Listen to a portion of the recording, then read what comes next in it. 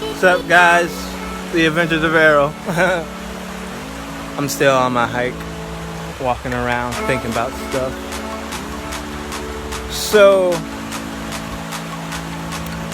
I was watching something, I think it was Star Talk with Neil deGrasse Tyson. And somebody asked him about what he thought about alien abductions, or abductions by transdimensional or extraterrestrial entities, what have you. And he kind of made a joke out of it, and that's cool too, because there is really no proof of it. And his suggestion was to swipe something off of an intergalactic vessel. Now, that sounds like a great idea, but I've actually known people who kind of made stealing like a career.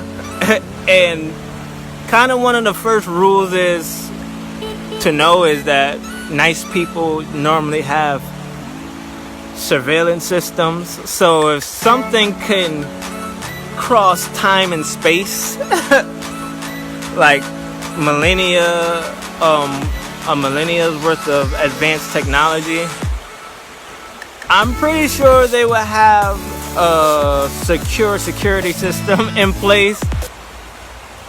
Not to mention, some claim to be sedated psychically or something like that. And then who wants to end up in moon prison or Zeta Reticula jail? I mean, it's bad enough being in jail on Earth, trust me. But I don't know if you want to steal something from entities that can do things that we can barely even dream of. In addition to that, back to Earth, I know that people are abducted every day by other people. Sometimes they're returned, sometimes they're not returned, and there is often no evidence. And that's with minimum technologically advanced equipment necessary.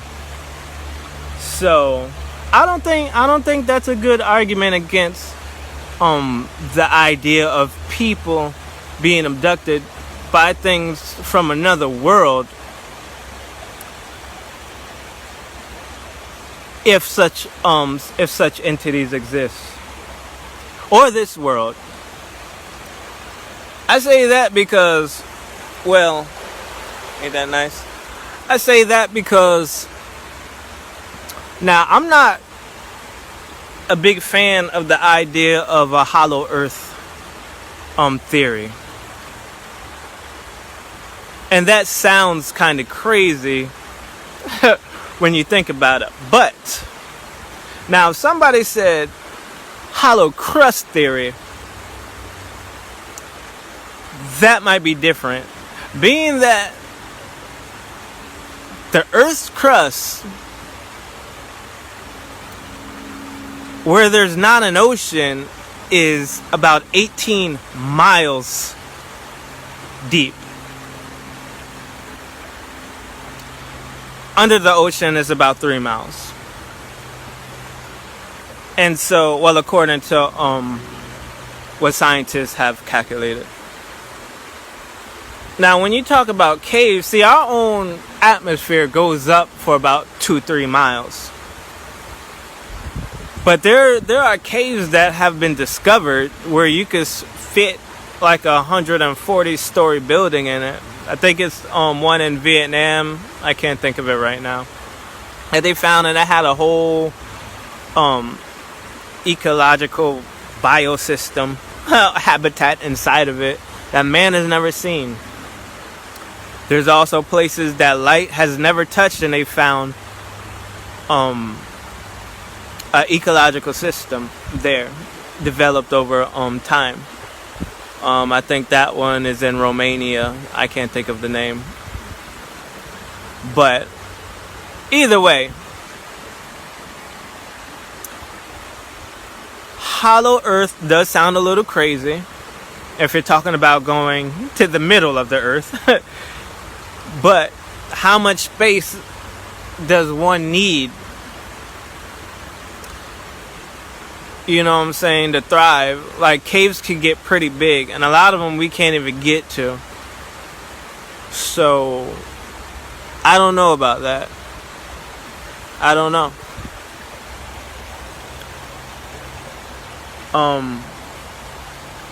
That also kind of applies to Mars too when you think about it.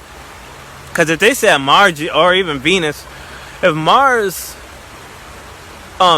shows evidence of having running water once, well then it more than likely has a shitload of, that has a bunch of cavern systems, because a lot of the cavern systems on Earth are a result of erosion and things like that. Underwater lakes and underwater seas, some that we still actually have here on Earth. And the water goes away, and then you have these large cavernous systems. So I think that applies to Venus also. Sometimes I wonder, we might, if such a thing was possible, we might could be the only ones living on the surface of the planets in our solar system, like a bunch of jabronis. Everybody else might just be using the surface of their planet as the atmosphere. I mean, that makes sense to me. I mean, when you go into terraforming, talking about terraforming Mars and building biodomes, why build a biodome when you could just find a cave and seal it off? I actually got that idea from the movie Evolution. Yeah, you know, Evolution. I think it had the Sprite guy in it. If you're younger, you don't know about the Sprite guy. But he was on Everybody Hates Chris a couple of times, I think. I don't know. Anyways, black guy. But either way, long story short, a meteor or something crashing to the Earth, and everything took refuge into this cave, and then the cave started creating an atmosphere within the cave, just like we need oxygen. Well, these microorganisms started producing the type of atmosphere that was necessary to thrive from wherever its origins were, which is kind of what happened here on Earth. Our planet, as we know it, was terraformed by microorganisms, which eventually transformed into photosynthesis and things like that, and bringing more oxygen into the air, stuff like that. Either way, I digress. But yeah, why build a biodome when you could just go into a cave? You know, assuming that you're not eaten by cave monsters, large and small. Yeah, that's not funny. But I think that's all I have. I forgot where I started. That was a bit of a rabbit hole. But either way. Oh yeah. I was talking about the possibility of abductions from off-world and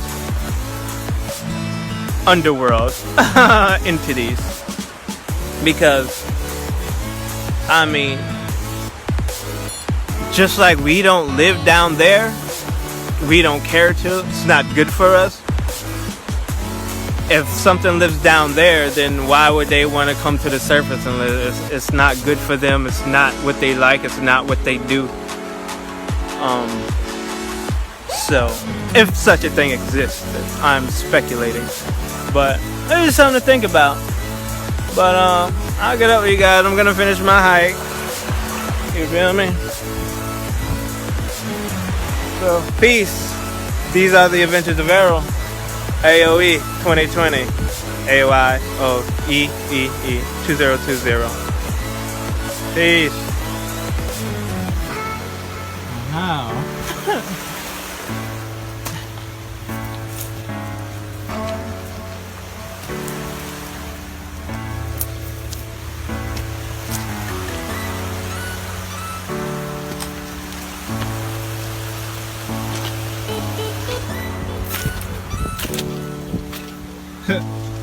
Check it out. I didn't do any of this, by the way. I just do everything sometimes. Welcome to Polk County, Florida. You guys see those? Ecuadorian red bananas. Cool, right? Okay, on with the journey.